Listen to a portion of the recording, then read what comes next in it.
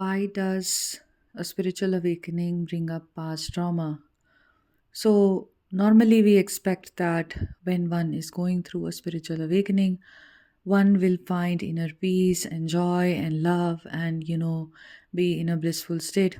But what ends up happening is that you start to face trauma that you didn't even know you experienced as a child.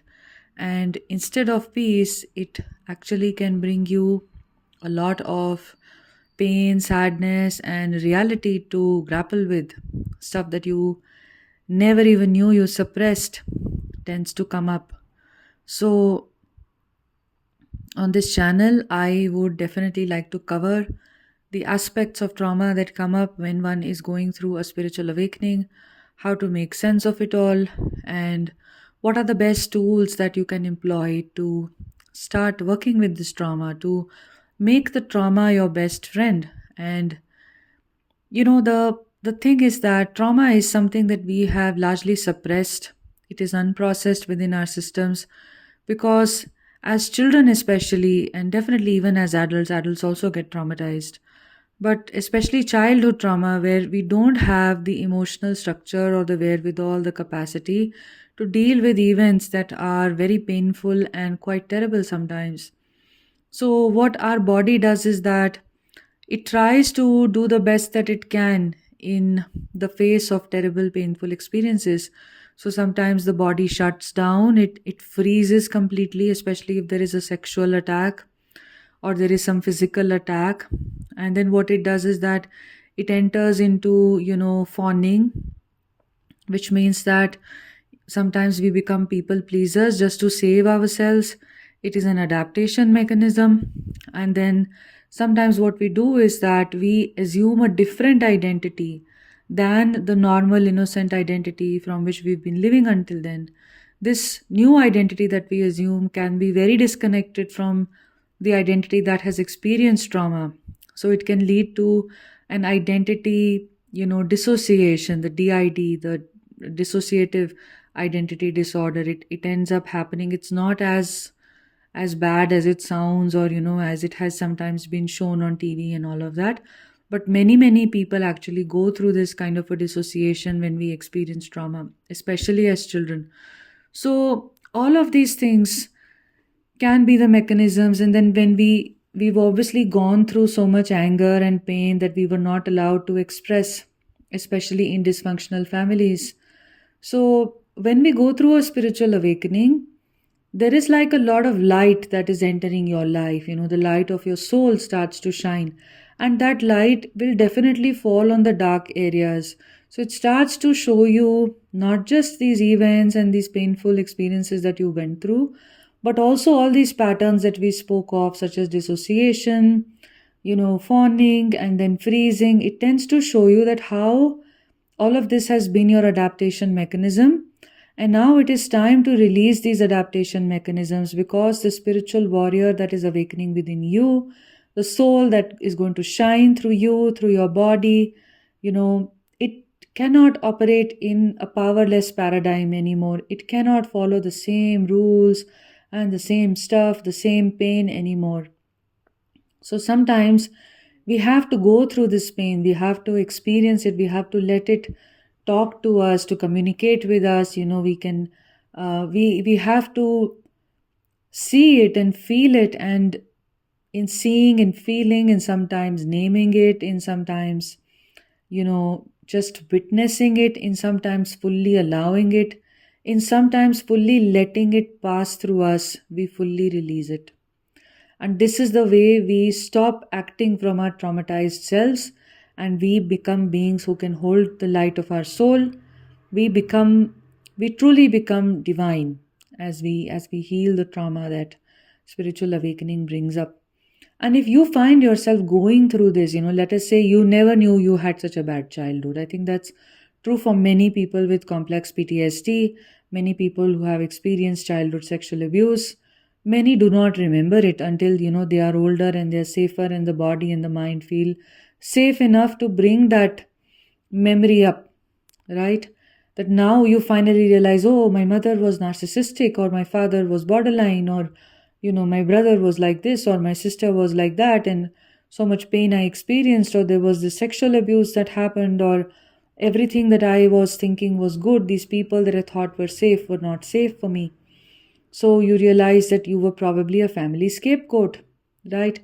And if this resonates with you, then you're definitely, in the right place right now, because I myself have gone through this exact story, and I would love to, speak more about it, offer my own understanding, and help um, through this, because sometimes I feel there is less information, which is looking at it from a spiritual standpoint, because I think many scapegoats go through spiritual awakenings to root yourself and anchor yourself in the power of your witnessing self, in the power of your soul, is a very spiritual process. And this is what makes facing our trauma very safe for us. If we do not have a certain, framework that we are going to anchor ourselves in, whether it can be family, it can be a close friend, it can be divine, it can be your faith, it can be, your meditative self, or something else which is very, very strong and powerful and unshakable within you.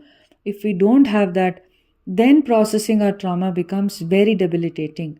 It's like, to face our trauma is like to face the gusts and the storms, which are very, very strong and powerful. So if the tree is very deeply rooted in something, right, then whatever winds come, the tree doesn't get derooted, the tree doesn't lose its place. But if the tree doesn't have very deep roots, so then even everybody would have seen that after a storm, or after like a very bad rainfall or something like that, we see a lot of damage happens to those plants that are not deeply rooted. So through this channel, I would love to speak about how to deeply root yourself. And for me personally, it has been the space of meditation, the space of anchoring myself in the witness that, the soul presents itself in. So, whenever flashbacks come, whenever something happens, whenever the identity collapses because of the intense flashbacks, it does not mean that I will collapse along with, um, along with all the pain and everything. I don't have to be my inner child anymore. And this is why, through the spiritual awakening, you are somewhere, witnessing your trauma because you're capable of witnessing your trauma right now. The body and the mind know you will not collapse. So even at the level of the thought, sometimes, the mind can say, am I going to collapse with all this trauma, all this pain, all this stuff that is coming up? Or maybe I'm a silent sufferer. Maybe I have faced all of this, and I don't know if I have the strength to face it. And in either case, I will tell you, you have the strength. In the spiritual awakening, you definitely have the strength, because otherwise, this wouldn't come up. And if you somehow very consciously do not know that you have had complex PTSD, or, CSA, or some other form of childhood abuse that has affected you so deeply and still continues to rule you in many, many ways, even then you can start looking for some kind of a strength to anchor yourself in. And it has to be something very solid, very deeply rooted. And both processes go hand in hand. The spiritual anchoring within us, or the anchoring in our faith, it can be religion, it can be something that is very personal to you. It's not about judging, it's not about, dismissing anything. It can, very often, it is something in your very deep sacred space within you that is very personal and intrinsic to you, from where you derive your strength.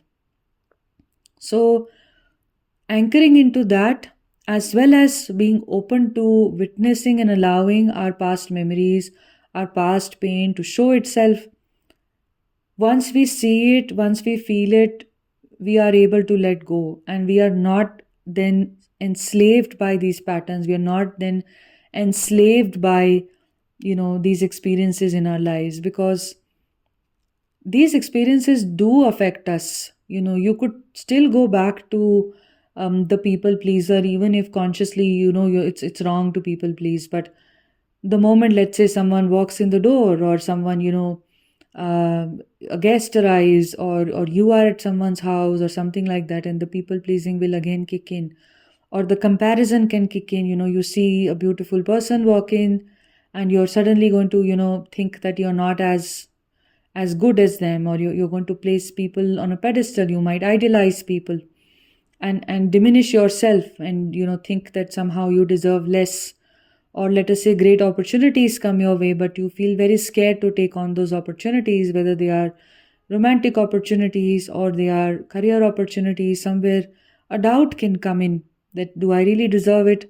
Or you may in fact think that you are not able to do something that you've always wanted to do. Your full potential has not been actualized because you feel scared, or you feel it's never going to happen.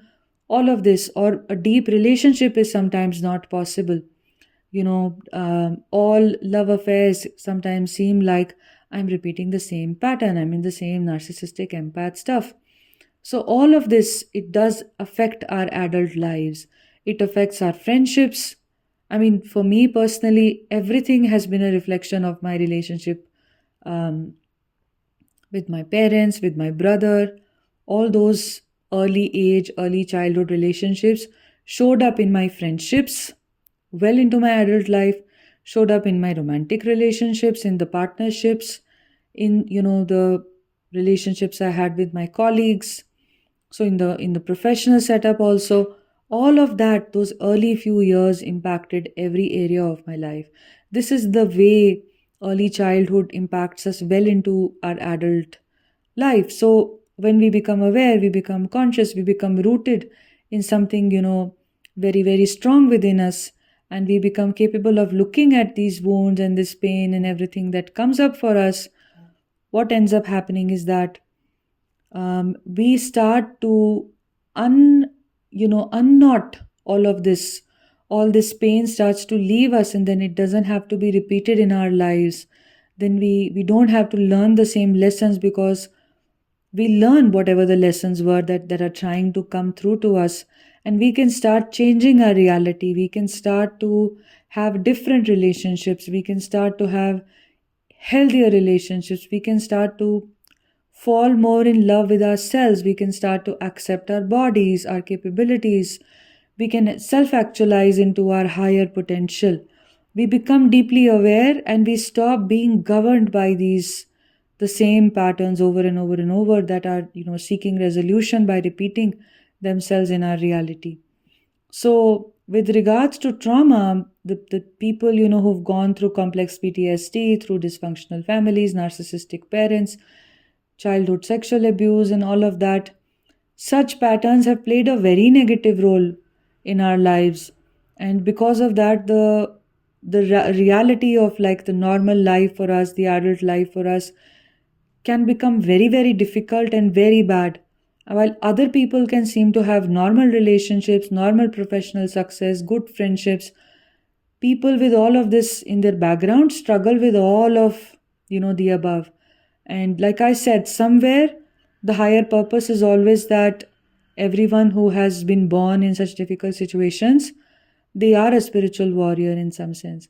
So yes, it is very linked to your spiritual awakening. This is why spiritual awakenings lead to this trauma coming up and suppressed memories coming up, because it presents an opportunity for you to now live from the awakened self and not from the unawakened, unconscious impressions anymore. So that is why these impressions have to leave your system, so new energies can come in, so a new thought process can develop. So the old patterns have to be released, the old pain has to be released. So this is why spiritual awakenings bring up a lot of trauma.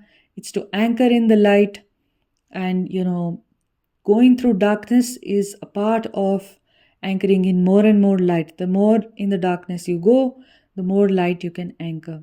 So this is all I wanted to speak about. If this content has resonated with you, and you suffer from complex PTSD, or you have experienced CSA, childhood sexual abuse as a child, or something along the lines of that, and you're resonating with me and you want to work one on one with me, you can email me and I would be very happy to assist you. I'm sending you so much love. Take care.